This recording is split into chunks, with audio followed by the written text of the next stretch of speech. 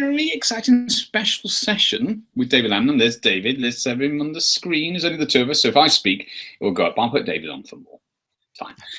There he is, everybody. Okay, so we're going to be talking about trust because he's got a new book around this, but it's not really to do with that. It's to do with the fact he spent the last 1.5, 2 years, 3 years studying this whole area, and the book is kind of an expression of that.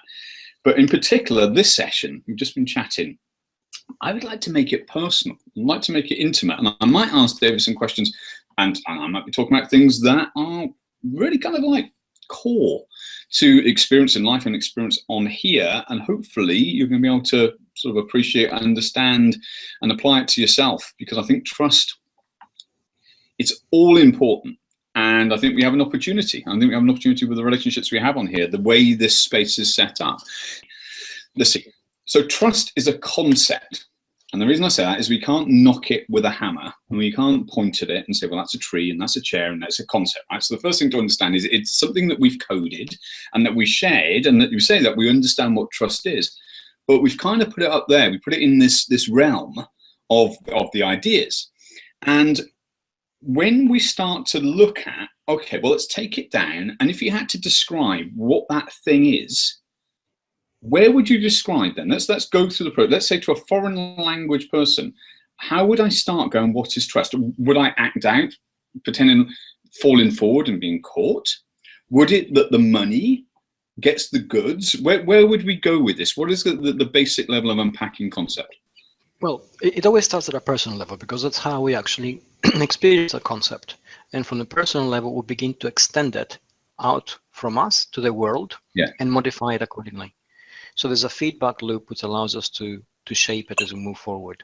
And our experiences are key to it. Experience is also key to the personal level. So if we did to describe it to a person, we just need to say, in order for you to have a relationship with anybody, a relationship of any kind, whether it's friendship or whether it's a sexual relationship, or whether it's a partnership, or any sort of relationship at all, trust needs to be there. And if you say why, well, for two reasons. First of all, you need to be able to trust the other person in order to accept anything from them, whether it's contact or ideas or information or money or goods or whatever. And secondly, you need to be able to trust them in order for you to be open enough, vulnerable. And this vulnerability goes to the core of who we are as individuals. So we are basically hardwired to protect ourselves. You know, all the minimal programming that we're born with goes towards self-preservation, things that keep us alive. And trust is one of those things. The people we trust essentially are no threat to us, and the people we don't trust are a potential threat. And that's the easiest black and white way of looking at it.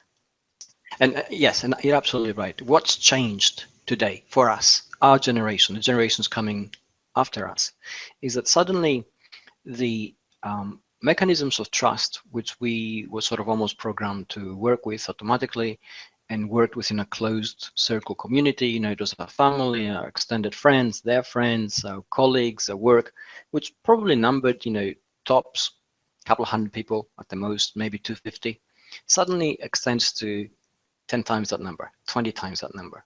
We make connections with people whom we have never met physically before. And this is a very important thing, because, you know, when you're looking at an avatar of somebody, when you're looking at their comments, there is no body language, there's no tonal inflection, you can't hear their accent. You have absolutely zero idea of their skin color sometimes, which is important to us from a tightly knit group point of view. And it shouldn't be, but it is. And also you have no idea of their cultural experiences in their own background. So suddenly you have to extend a level and a measure of trust to that person, which means you need to work it out for yourself.